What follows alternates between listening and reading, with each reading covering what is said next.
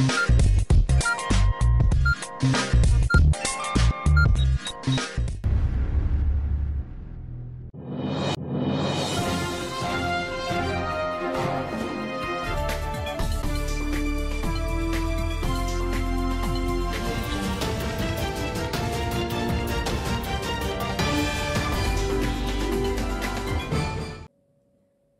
मी Mayawati. ADN बातमीपत्रात आपले स्वागत. आजच्या दिवसभरात घडलेल्या घटनांचा आढावा आपण घेणारच आहोत. त्यापूर्वी एक नजर टाकूयात आजच्या ठळक घडामोडींवर.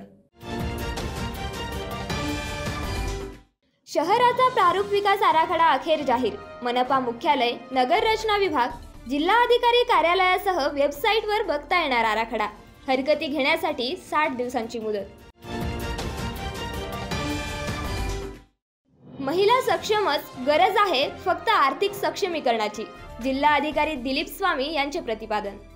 आता सविस्तर बातम्या. गेल्या अनेक वर्षांपासून रखडलेला शहर विकास आराखडा गुरुवारी महानगरपालिकेच्या वतीने सर्वांसाठी प्रदर्शित करण्यात आला. मनपा मुख्यालय, नगर रचना विभाग, जिल्हा अधिकारी कार्यालयासह वेबसाईटवर हा आराखडा बघता येणार आहे.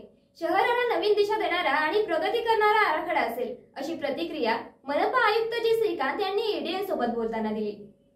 खूप दिवसांनी नाही, खूप वर्षांनी, जवळपास 31 वर्षापासून ह्या शहराचा विकास आराखडा रखडल्या होत्या आणि त्या रखडल्यामुळे ते शहराचं अनप्लॅन्ड डेव्हलपमेंट आणि बॉन्ड पेपरवर शहर असे म्हटलं जायचं आणि एक मोठा कलंक हा शहराला लागलेलं होतं की वेळेत विकास आराखडा आपण बनवू शकलो नाही आणि त्याला उच्च न्यायालय, सर्वोच्च न्यायालय ह्यापर्यंत गेले आणि त्यानंतर शेवटी सर्वोच्च न्यायालयाच्या निर्णयानंतर शासन नियुक्त अधिकारी यांनी एक्झिस्टिंग लँड यूज प्लॅन याचा आधार घेऊन ते प्रपोज लँड यूज प्लॅन तयार केलेला आहे आणि काल त्यांनी महानगरपालिकेला सबमिट केला आणि तो आम्ही स्वीकृत करून आज लोकांसाठी जाहीर प्रकटनाद्वारे आपण आवाहनही केलेलं आहे आणि तो महानगरपालिकेचं कार्यालय, आयुक्त कार्यालय, तसेच डेप्टी डायरेक्टर टाउन प्लॅनिंग, तसेच जिल्हाधिकारी कार्यालय या तिन्ही ठिकाणी जनतेसाठी असणार आहे आणि तसेच या सर्व विकास आराखडा आम्ही स्कॅन करून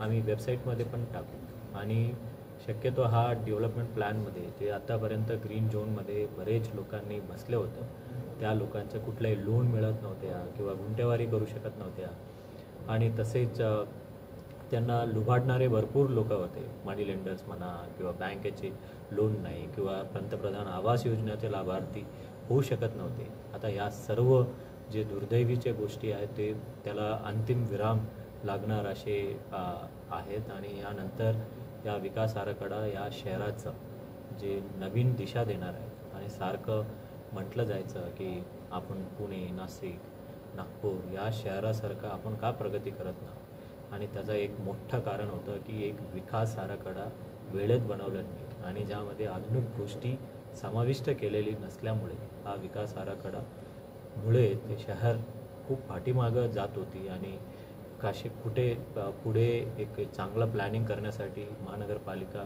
म्हणून आम्ही कमतरता पडत होतो आणि शेवटी त्याला अंतिम विराम लागून आता विकास आराखडा बनलेले आहेत.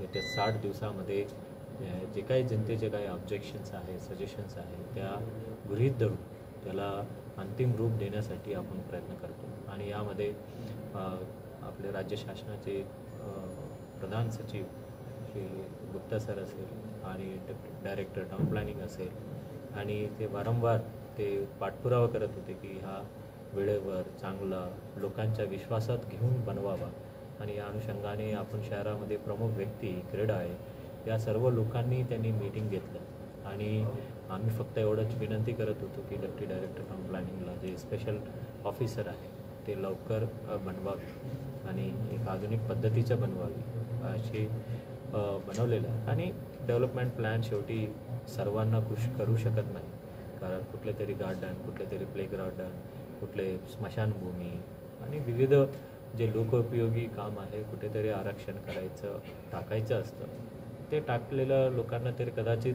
थोडा विश्वास जरी असेल परंतु शेवटी महानगरपालिकेमध्ये आपण TDR आपण कंपल्सरी केलेलं आहे. TDR जर घेतलं जे ज्यांना मोठे बांधकाम करायचं त्यांना कंपल्सरी TDR वापर करणे बंधनकारक असेल तो त्यामुळे हा गोष्टी जसं पुण्यामध्ये त्यांचं जमिनीवर आरक्षण पडलं तर ते खूप खुशी पण होतात असे आम्ही ऐकलेलं. परंतु आपल्या शहरामध्ये अजून त्या प्रभावीपणे राबवण्यासाठी TDR कंपल्सरी केले गेलं नव्हतं. मी आल्यावर ते TDR ही कंपल्सरी केले. म्हणून आता या नवीन विकास आराखडा या शहराला नवीन दिशाकडे घेऊन जाणार आहे आणि आपल्या शहर अजून चांगला प्रगती होतील अशी आम्ही विचार करत होतो. ग्रीन झोनमध्ये त्यांना गुंठेवारी करू शकत नव्हतो, बँक लोन देऊ शकत नव्हतो किंवा पंतप्रधान आवास योजनेचा ते लाभार्थी बनू शकत नव्हतो. 2.5 लाख रुपये त्यांना देऊ शकत नव्हतो. रमाई आवास योजनेच्या त्यांना देऊ शकत नव्हतो आणि त्यांना एक गरजेचा रस्ता आपण बनवू शकत नव्हतो. या सर्व प्रॉब्लेममुळे जनता त्रस्त पण होती आणि हा कुठेतरी याला अंतिम विराम लागणार आहे. अगदी पुरातन काळापासूनच असे दिसून येते की महिला ह्या सक्षमच आहेत. जिथला कारभार महिलांच्या हाती असतो ते घर असो वा संस्था नेहमीच प्रगती करते. आता गरज आहे ती महिलांना आर्थिक सक्षम करण्याची. त्यासाठीची ऊर्जा या निमित्ताने घ्यावी असे प्रतिपादन जिल्हाधिकारी दिलीप स्वामी यांनी आज येथे केले. महिला आर्थिक विकास महामंडळाच्या वतीने महिला सन्मान मेळावा जागतिक महिला दिनाच्या पूर्वसंध्येला आयोजित करण्यात आला होता. जिल्हा नियोजन सभागृहात आयोजित या मेळाव्यास नाबार्डचे महाव्यवस्थापक सुरेश पटवेकर, जिल्हा अग्रणी बँक समन्वयक मंगेश केदारे, जिल्हा ग्रामीण विकास यंत्रणेचे प्रकल्प व्यवस्थापक अशोक शिरसे, माविमचे समन्वयक चंदनसिंग राठोड आदी मान्यवर उपस्थित होते. जिल्हाधिकारी म्हणाले की ग्रामीण भागात नेहमीच्या प्रथांविरुद्ध काम करायला महिला धजावत नाहीत. मात्र सावित्रीबाई फुलेंनी असा विचार केला असता तर आपल्यापैकी कुणीही शिकू शकला नसता. आपला हेतू जर चांगला असेल तर लोक काय म्हणतील याचा विचार करू नका. महिलांना आर्थिकदृष्ट्या सक्षम होणे आवश्यक आहे. त्यांच्यात आर्थिक साक्षरता निर्माण झाली पाहिजे. बँकांचे व्यवहार त्यांना जमले पाहिजे. एखादे उत्पादन केल्यानंतर त्याचे पॅकेजिंग, मार्केटिंग, अकाउंटिंग असे सर्व आर्थिक व्यवहाराचे ज्ञान त्यांना झाले पाहिजे. त्यासाठी या कार्यक्रमातून आपण प्रेरणा घेऊ असे त्यांनी उपस्थित महिलांना आवाहन केले. जिल्हाधिकाऱ्यांच्या हस्ते माविममधून उद्योजका झालेल्या अर्चना शितोळे तसेच लोकसंचालित साधन केंद्राच्या गंगापूर येथील सुरेखा उद्दे, पैठणच्या सुमन नरवाडे, लासूरच्या मीना वाघ, वाळूजच्या संगीता अडसुडे, शेंद्रा येथील सावित्रीबाई थोरे यांना सन्मानित करण्यात आले. कार्यक्रमाचे प्रस्ताविक चंदनसिंग राठोड यांनी तर सूत्रसंचालन प्रियंका काळे यांनी केले. सावित्रीबाई फुलेंचा आपण विचाराचा ठेवा वारसा आपण जपला पाहिजे. बोलणाऱ्याला बोलू द्या, मला काय करायचं ते काम करा. आणि ही ऊर्जा घेऊन जर आपण आपल्या क्षेत्रामध्ये काम करत असाल तर निश्चितपणे आपण चांगलं काम कराल. त्याच्याबद्दल किंतु परंतु नाही आहे. आणि या जिल्ह्यामध्ये उमेदच्या माध्यमातून असेल, माविमच्या माध्यमातून असेल, जेवढं काही चांगलं आपल्याला करता येईल आणि त्या माध्यमातून महिलांचं आर्थिक सक्षमीकरण, जोपर्यंत महिलांच्या पॉकेटमध्ये 4 पैसे खेळणार नाही तोपर्यंत महिला खऱ्या अर्थानं त्याचा आर्थिक विकास झाला असं आपल्याला म्हणता येणार नाही. निवडणूक प्रक्रियेत मतदान निर्भय व निष्पक्ष वातावरणात होण्यासाठी निवडणूक प्रक्रिया राबवणारी यंत्रणा, राजकीय पक्ष, माध्यमे आणि प्रत्यक्ष मतदार यांच्यात पारदर्शकता राखणे हे अत्यंत महत्त्वाचे असून त्यासाठी माध्यमांची भूमिका महत्त्वाची आहे असे प्रतिपादन जिल्हाधिकारी दिलीप स्वामी यांनी केले. जिल्हा निवडणूक शाखेतर्फे आगामी लोकसभा निवडणूक 2024च्या अनुषंगाने जिल्ह्यातील माध्यम प्रतिनिधी, जाहिरात संस्था, वृत्तपत्रांचे मालक संपादक, जाहिरात प्रतिनिधी यांचे प्रशिक्षण आयोजित करण्यात आले होते. उपजिल्हा निवडणूक अधिकारी देवेंद्र कटके, जिल्हा माहिती अधिकारी डॉक्टर मिलिंद दुसाने, प्रशिक्षण नोडल अधिकारी अभिराम डबीर तसेच माध्यम, जाहिरात प्रतिनिधी आदी उपस्थित होते. जिल्हाधिकारी स्वामी म्हणाले की मतदारांसाठी निवडणूक आयोगाने अनेक प्रकारच्या सुविधा निर्माण केल्या आहेत. या सुविधांबाबत माहिती मतदारांपर्यंत पोहोचवणे, प्रशासनामार्फत केल्या जाणाऱ्या उपाययोजना पोहोचवणे अशा विविध स्तरांवर माध्यमे निवडणूक यंत्रणेत व मतदारांमध्ये दुवा म्हणून भूमिका बजावत असतात. तसेच मतदानाची टक्केवारी वाढवण्यासाठी, मतदारांमध्ये जनजागृती करण्यासाठी, लोकशिक्षण करण्यासाठीही माध्यमांची भूमिका महत्त्वाची आहे असे त्यांनी सांगितले. जिल्हा माहिती अधिकारी डॉक्टर मिलिंद दुसाने यांनी माध्यम संनियंत्रण व प्रमाणीकरण समितीचे कार्य, जाहिरात पूर्व प्रमाणीकरण, पेड न्यूज, फेक न्यूज याबाबत निवडणूक आयोगाचे निर्देश व त्या अनुषंगाने होणारे परिणाम, आचारसंहिता पालन आणि प्रचार याबाबत माहिती सादरीकरणाद्वारे सांगितली. लोकसभा सार्वत्रिक निवडणुकीची घोषणा होण्यापूर्वी आज आपण या ठिकाणी चर्चा केली. त्यामध्ये जिल्ह्यातील निवडणुका निष्पक्षपणे, पारदर्शकपणे, फ्री अँड फेअर इलेक्शन होण्याच्या दृष्टिकोनातून आपण सर्व मशिनरी तयार केलेली आहे. सर्व अधिकाऱ्यांचं, कर्मचाऱ्यांचं प्रशिक्षण झालेलं आहे. आज मीडिया पर्सन आणि पॉलिटिकल पर्सन सोबत सुद्धा चर्चा झालेली आहे. MCMCच्या संदर्भामध्ये मीडिया सर्टिफिकेशनच्या अनुषंगानं आज चर्चा केल्यानंतर पूर्ण निवडणूक प्रक्रियेमध्ये औरंगाबाद लोकसभा मतदारसंघ आणि जालना लोकसभा मतदारसंघातील आमचे 3 असेंब्ली सेगमेंट या परिसरामध्ये मतदारांना मतदान केंद्रावर सर्व त्या सुविधा देण्यासंदर्भामध्ये मतदान टक्केवारीमध्ये भरघोस अशी वाढ होईल या दृष्टिकोनातून जास्तीत जास्त मतदारांनी या लोकशाहीच्या महोत्सवामध्ये सक्रिय सहभाग घ्यावा यासाठी आम्ही सर्वतोपरी प्रयत्न करणार आहोत।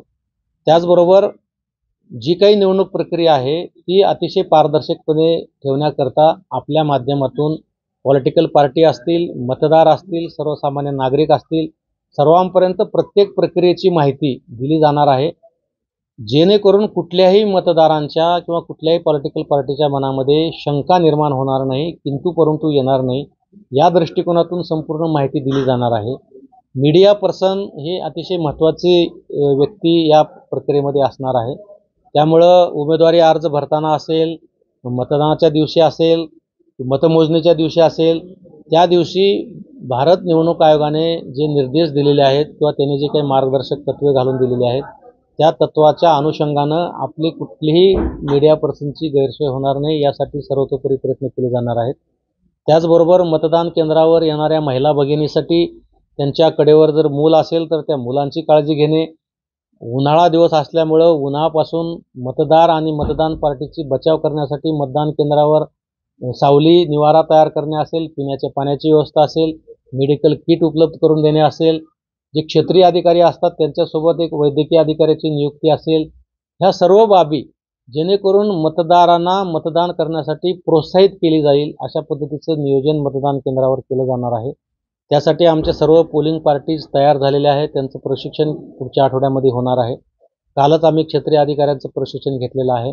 आज पॉलिटिकल पार्टी आणि मीडिया प्रतिनिधीसोबत मीडिया सर्टिफिकेशनच्या अनुषंगानं आपली चर्चा झालेली आहे आणि यासोबत जे दिव्यांग मतदार आहेत, 85+ असलेले जे मतदार आहेत त्यांच्यासाठी यावेळेस निवडणूक आयोगाने विशेष सोय उपलब्ध करून दिलेली आहे। त्याच्या अनुषंगानं पोस्टल बॅलेट पेपरची जी प्रक्रिया आहे ती पब्लिश करून लोकांपर्यंत माहिती देण्यासाठी आम्ही प्रयत्न करतो आहोत।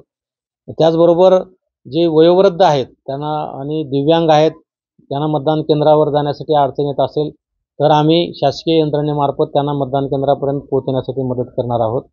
त्याचबरोबर प्रत्येक मतदान केंद्रावर ग्रामीण भागातला जो काही मतदार बंधू आहे आमचा, त्यांना मतदान केंद्रावर आल्यावर कुठल्याही गोंधळाची स्थिती त्यांची राहू नये, त्यांना मतदार यादीत नाव शोधणे किंवा एका इमारतीत 2-3 मतदान केंद्र आहेत तर कोणतं मतदान केंद्र आहे म्हणून परेशान होऊ नये यासाठी प्रत्येक मतदान केंद्रावर मतदार सहाय्यता कक्ष आम्ही त्या ठिकाणी स्थापन करणार आहोत। तिथं आमचा अधिकारी कर्मचारी तिथं राहील आणि येणाऱ्या प्रत्येक मतदाराला मतदार यादीतलं नाव शोधून देणे, कुठल्या इमारतीत कुठल्या खोलीमध्ये त्याचं मतदान आहे ते समजावून सांगणे किंवा वयोवृद्ध वगैरे असेल तर त्यांना सोबत घेऊन त्या केंद्रापर्यंत जाणे, या सर्व गोष्टी आम्ही त्या ठिकाणी करणार आहोत। ते पोलिंग पार्टीचं प्रशिक्षण जेव्हा आता होईल तेव्हा जे केंद्राध्यक्ष असणार आहेत मतदान केंद्रावर त्यांनासुद्धा आम्ही ह्या सर्व गोष्टी अतिशय बारकाईनं म्हणजे मतदान केंद्रावरची रांग असेल, महिलांसाठी वेगळी रांग करणं असेल, दिव्यांग किंवा वयोवृद्ध नागरिक असतील तर त्यांची प्रायोरिटी कशा पद्धतीने आहे, महिला असेल, कडेवर मूल असेल तर त्या महिला मतदारांची काळजी कशा पद्धतीने घ्यायचं, हे सर्व प्रशिक्षण मी अत्यंत बारकाईनं आम्ही देणार आहोत,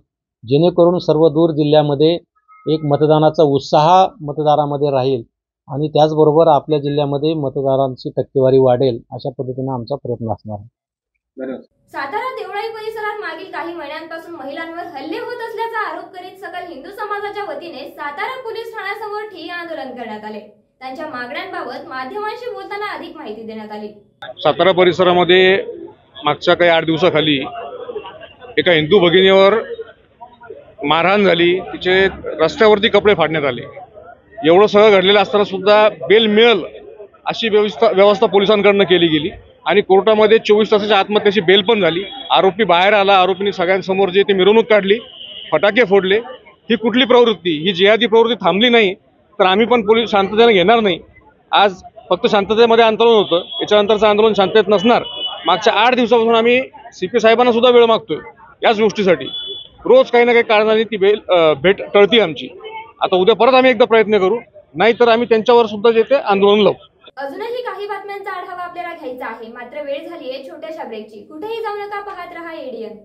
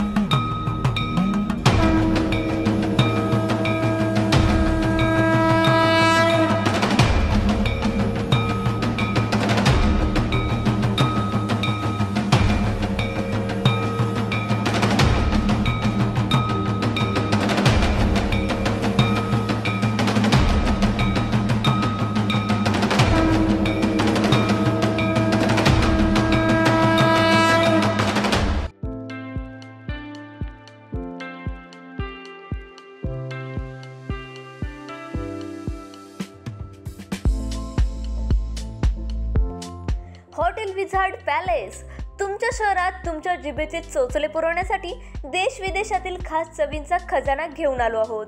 हॉटेल विझार्ड पॅलेस येथे स्वाद आपल्या पसंतीचा. आमच्या येथे महाराष्ट्रीयन, पंजाबी, राजस्थानी, गुजराती आणि साऊथ इंडियन डिशेससह जगभरातील 50 देशांमधील डिशेस सुद्धा मिळतील. व्हेज आणि नॉन व्हेज दोन्ही उपलब्ध.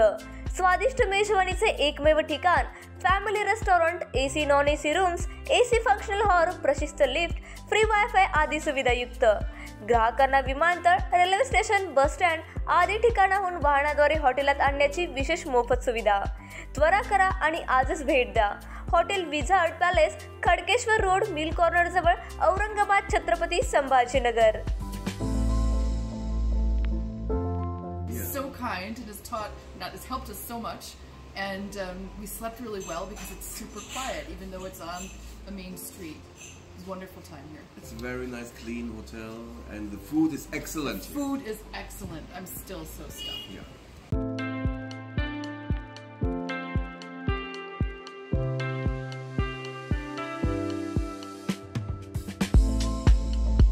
तुम्हाला ही पाण्यामध्ये मनसोक्त बोटिंग करायची आहे, परंतु ही बोटिंग करण्यासाठी गोवा, देवगड सारख्या ठिकाणी तुम्हालाही जावं लागतंय. तर जरा थांबा.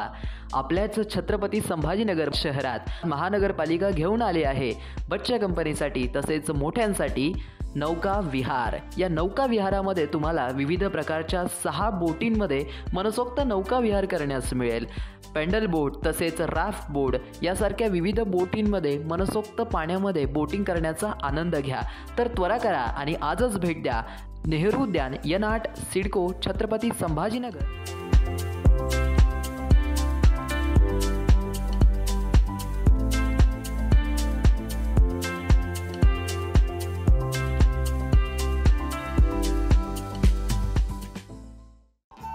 दिवाळी धमाका. छत्रपती संभाजीनगरमध्ये प्राईम लोकेशनवर आलिशान 2 BHK row houses. Beed bypass road, Satara परिसरापासून फक्त 200 मीटरच्या अंतरावर. हिवाळी पाटील लॉन्स पासून फक्त 400 मीटरच्या अंतरावर. आकर्षक किमतीत रो हाऊसचे मालक व्हा आणि आकर्षक बक्षिसे जिंका. किंमत फक्त 51 लाख पासून पुढे. विकसित क्षेत्रात अधिष्ठान आहे. वैयक्तिक रो हाऊससाठी प्रशस्त पार्किंग, त्याचबरोबर private garden, video door bell, सौर सिस्टीम. जागेचा पत्ता प्लॉट क्रमांक 14P 15 24 25P, Beed bypass, Satara परिसर, छत्रपती संभाजीनगर, औरंगाबाद. खरेदीसाठी आमचा कॉन्टॅक्ट नंबर आहे 9860056488. सर्व बँक कर्ज उपलब्ध आहेत. अटी आणि शर्ती लागू. मस्त मास्क पहना रे तूने. Thank you sir. वो जान बचाने के लिए पहनना पड़ता है ना सर. रेडीमेड है या टेलर मेड है? ऑनलाइन ऑर्डर किया है सर. एक और है ना सर. देना. बहुत मस्त लगे आपको. ये ना सर. सर ना भाई, जान बचाने के लिए बाइक चलाते वक्त सिर्फ खोपड़े पे मास्क पहनेगा तो खोपड़े को कौन बचाएगा? समझ गया सर. हेलमेट ऑनलाइन ऑर्डर कर, वरना हमेशा के लिए ऑफलाइन हो सकता है. Okay sir. ये ले. चल हम ये भी ऑनलाइन भर दे. हेलमेट पहने, ट्रैफिक नियमों का पालन करें, जिंदगी के सफर को सुरक्षित रखें। ब्रेक नंतर पुन्हा एकदा स्वागत। आंबेडकरी समाजाच्या वतीने जिल्हाधिकारी कार्यालयासमोर ढोल बजाव आंदोलन करण्यात आले। यावेळी त्यांच्या मागण्यांबाबत श्रावण गायकवाड यांनी माध्यमांशी बोलताना अधिक माहिती दिली। आज आंबेडकरवादी संघर्ष समितीच्या वतीने जिल्हाधिकारी कार्यालयावर ढोल बजाव आंदोलनचा कार्यक्रम आयोजित केलेला आहे। आंबेडकरी समाजाच्या जिव्हाळ्याच्या आणि महत्त्वाच्या प्रश्नासाठी आम्ही गेली 2 वर्षापासून सातत्याने धरणे, आंदोलन, निदर्शने, एल्गार मार्च, क्रांती मार्च, भीमटोला आंदोलन अशा विविध प्रकारे या ठिकाणी समाजाचे जे काही जिव्हाळ्याचे प्रश्न आहे, गायरान जमिनीचा प्रश्न आहे, अॅट्रॉसिटी कायद्याची कडक अंमलबजावणी झाली पाहिजे, PR कार्ड झोपडपट्टीवासियांना मिळालं पाहिजे, रमाई आवास योजनेचा जो निधी आहे तो शहरी विभागासाठी 10 लाख आणि ग्रामीण विभागासाठी 5 लाख केला पाहिजे, मागासवर्गीय विद्यार्थ्याच्या शिष्यवृत्तीमध्ये वाढ करण्यात येऊन त्यांना दरमहा 5,000 रुपये शिष्यवृत्ती दिली पाहिजे, अॅट्रॉसिटी कायद्याची कडक अंमलबजावणी झाली पाहिजे, बँक सुशिक्षित बेरोजगार आणि विविध मंडळामार्फत जे काही कर्ज देण्यात आलेले आहे मागासवर्गीयांना ते 31 मार्च 2023 पर्यंतचे कर्ज माफ केले पाहिजे आणि त्याचप्रमाणे सिबिलची अट रद्द करण्यात यावी, त्या अशा विविध बेघरांना घरे देण्यात यावी, अशा विविध मागण्यासह आज आम्ही या ठिकाणी या शासनाला प्रशासनाला लक्ष वेधण्यासाठी ढोल बजाव आंदोलनाचं या ठिकाणी आयोजन केलेलं आहे। आणि भीमटोले काही कमी पडत नाही आहे, परंतु हे निगर गेंड्याची कातडी पांघरलेलं जे सरकार आहे यांनी मुद्दामहून जातीयवादी सरकार आहे। या ठिकाणी 3 तिगाडी आणि काम बिगाडी अशा पद्धतीचं सरकार या ठिकाणी काम करतंय। यांचा आपसात ताळमेळ नाही आहे। आम्ही शासनाला प्रशासनाला वेळोवेळी निवेदनं दिलेले आहे, मागण्या दिलेल्या आहे। आम्ही कमी वगैरे काही पडत नाही आहे।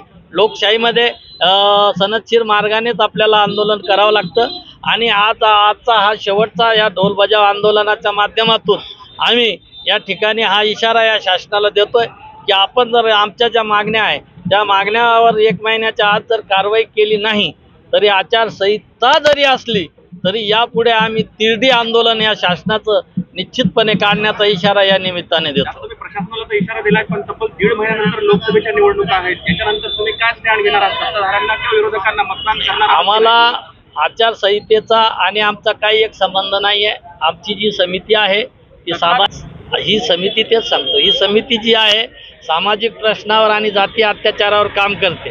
हिचा कुठल्याही राजकीय पक्षाशी काही एक संबंध नाही आहे।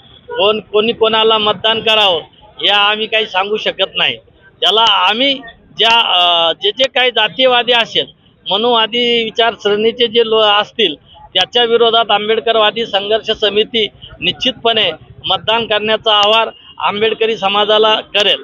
जे काही ज्या बाबासाहेबांच्या विचारावर काम करणारे किंवा मानणारे जे काही पक्ष संघटना असतील त्या पक्ष संघटनेला आम्ही मतदान करण्याचं आवाहन, म्हणजे त्या पद्धतीनं आमचा राजकीय पक्षाशी काही एक संबंध नाही आहे, पण मनुवादी पक्षाच्या विरोधात, RSSच्या विरोधात, BJPच्या विरोधात आम्ही निश्चितपणे लोकांना मतदान करायचं आवाहन करतो। डॉक्टर बाबासाहेब आंबेडकर मराठवाडा विद्यापीठाचे सामाजिक कार्य महाविद्यालय व सामाजिक कार्य माजी विद्यार्थी संघटनेच्या वतीने 2 दिवसीय माजी विद्यार्थ्यांच्या मेळाव्याचे आयोजन करण्यात आल्याची माहिती पत्रकार परिषदेत देण्यात आली। समाजकार्य या शिक्षणाची सुरुवात मराठवाड्यात 1980 साली झाली। या गेल्या 44 वर्षाच्या कारकिर्दीत या महाविद्यालयातून अनेक विद्यार्थी वेगवेगळ्या क्षेत्रात स्थिरावले आपलं करिअर करत आहेत। काही प्रशासनात गेले, तिथं समाज कल्याण अधिकारी, महिला बाल कल्याण अधिकारी ते अगदी मुख्य कार्यकारी अधिकारी या पदापर्यंत पोहोचलेले आहेत। आदिवासी विभागात ही उच्च पदस्थ म्हणून या विभागाचे विद्यार्थी कार्यरत आहेत। या गेल्या 44 वर्षाचा जो प्रेरणादायी प्रवास आहे तो प्रवास मांडण्यासाठी आम्ही स्मृती संगम 2024 आठवणींच्या पलीकडे बरेच काही या कार्यक्रमाचं आयोजन केलेलं आहे। माजी विद्यार्थ्यांचा या महाविद्यालयाशी अनुभव आणि ज्ञानाचा जो साठा आहे त्याचा उपयोग व्हावा, तसेच जे नवं उलगडतं क्षेत्र आहे ते म्हणजे CSR उद्यमजगताची सामाजिक बांधिलकी। या बांधिलकीत या समाजकार्य महाविद्यालयाच्या विद्यार्थ्यांना प्रवेश मिळावा आणि त्यांच्याशी सहसंबंध जुळावेत, त्यासाठी या कार्यक्रमाचं आयोजन करण्यात आलेलं आहे. आणि या कार्यक्रमाचं आयोजन विद्यापीठाच्या विधी विभागात येत्या 9 आणि 10 मार्चला आयोजित करण्यात आलेलं आहे.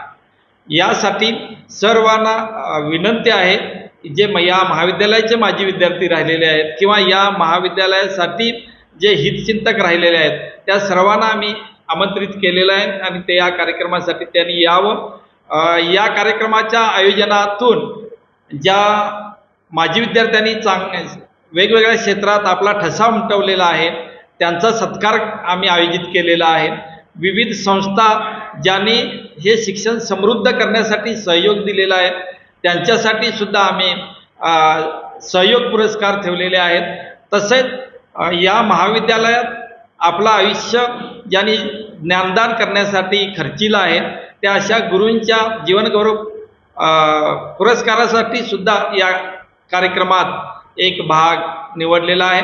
निब्बाण उपचार पद्धतीने एक आध्यात्मिक योगिक पद्धतीने कुठल्याही आजाराचे निदान केले जाते. रुग्णांचे सर्वांगाने अभ्यास केल्यानंतर त्यांच्या व्याधीचे निदान करून चिकित्सा मार्ग ठरविला जातो, अशी माहिती डॉक्टर निलेश पाटील व डॉक्टर अपेक्षा पाटील यांनी पत्रकार परिषदेत दिली. निब्बाण ही एक वेगळ्या प्रकारची ट्रीटमेंट पद्धती आहे सर. जनरली असं मानलं जातं की काही आजार बरे होत नाही, जसं बायपास, एन्जिओप्लास्टी, मायग्रेन, सोरायसिस अशा असंख्य आजारांना असाध्य लेबल लावले गेले सर. पण जर आपण थोडं योगिक, आयुर्वेदिक आणि आध्यात्मिक पद्धतीने जर आपण या आजारांकडे पाहिलं तर आपल्याला सापडतं की या आजाराची कारणं मनामध्ये आहेत, स्वभावामध्ये आहेत. आणि जर आपण जर डीप गेलो तर आपल्याला सापडतं की ते आजार कायमचे बरे होऊ शकतात. हा आमचा 24 वर्षांचा अनुभव आहे सर. आणि सर्वांनी प्रथमतः सर एक विश्वास मनात निर्माण करायचा आहे की सर्व आजार बरे होऊ शकतात.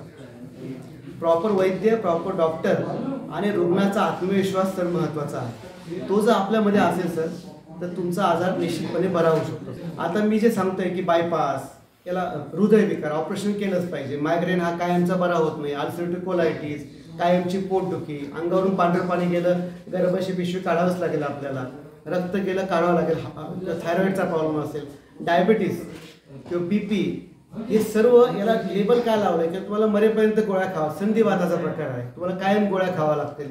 म्हणजे हा प्रकारचा आजार काय झाला, असाध्य झाला. अशा प्रकारचे अनेक आजार आहेत सर जे साध्य होऊ शकतात. हा आमचा स्वतःचा अनुभव आहे. कामगारांच्या बांधकाम वितरण प्रणाली विरोधात JK जाधव यांनी आरोप केले असून याबाबत त्यांनी ठोस पुरावे सादर न करता कामगार उपआयुक्त कार्यालयावर वैयक्तिक निशाणा साधण्याचा प्रयत्न केलाय असे दिसते. सुमारे 3 महिन्यापूर्वी हे काम व्यवस्थित चालू होतं. ज्या कामगारांची नोंदणी झालेली आहे त्या कामगारांना सुरक्षा संच म्हणजे पेटी दिली जाते. त्यामध्ये वेगवेगळ्या वस्तू असतात ज्या कामगारांना काम करण्यासाठी सुरक्षा पुरवतात. आणि दुसरं संसारोपयोगी साहित्य, संसारासाठी लागणारं साहित्य, अशा दोन्ही प्रकारच्या पेट्या कामगारांना दिल्या जातात ज्या कामगारांची नोंदणी झालेली आहे. गेल्या 3 महिन्याच्या अगोदर हे काम व्यवस्थित चालू होतं. परंतु आता गेल्या 1 महिन्यापासून, गेल्या 2-3 महिन्यापासून या कामामध्ये मोठ्या प्रमाणावर भ्रष्टाचार होत आहे अशी कामगारांची तक्रार आहे. अशी कामगारांची तक्रार आहे. अशी कामगारांची तक्रार आहे. ज्या घोषणे आल्या आहेत त्यांना प्रत्येकाला 2,000, 3,000, 5,000 रुपये द्यावे लागतात आणि मग त्यांना साहित्य भेटतं, अशा कामगारांच्या तक्रारी आहेत. याशिवाय आपल्या जिल्ह्यामध्ये संभाजीनगरमध्ये जे मंत्री आहेत, जे आमदार आहेत, त्यांच्या शिफारशीनुसार त्यांच्याच भागातल्या त्यांच्या ओळखीच्या लोकांनाही साहित्य वाटप केलं जातं. काल आम्ही यांना भेटलो, कामगार आयुक्तांना, सहाय्यक आयुक्त मोर्चे साहेब त्यांना भेटलो, ते उपायुक्त उपलब्ध नव्हते. तर सहाय्यक आयुक्तांना भेटलो ते म्हणाले म्हणजे ते मंत्री आहे, तिथं आमदार आहे, मग त्याला द्यायलाच पाहिजे. म्हटलं असं काही घटनेमध्ये लिहिलेलं आहे का की कामगारांना अगोदर द्यायला पाहिजे, म्हणजे नेते लोकांना अगोदर द्यायला पाहिजे, सर्व सामान्य जनतेला द्यायला नाही पाहिजे. तर असं हा मोठा अन्याय आहे. शेवटी परत एकदा एक नजर टाकूयात आजच्या ठळक घडामोडींवर. शहराचा प्रारूप विकास आराखडा अखेर जाहीर. मनपा मुख्यालय, नगर रचना विभाग, जिल्हा अधिकारी कार्यालयासह वेबसाईटवर बघता येणार आराखडा. हरकती घेण्यासाठी 60 दिवसांची मुदत. महिला सक्षमच, गरज आहे फक्त आर्थिक सक्षमीकरणाची. जिल्हा अधिकारी दिलीप स्वामी यांचे प्रतिपादन. याचबरोबर हे बातमीपत्र इथे संपलं. पुन्हा भेटूयात पुढील बातमीपत्रात. तोपर्यंत बघत रहा औरंगाबादकरांचं हक्काचं बातमीपत्र ADN.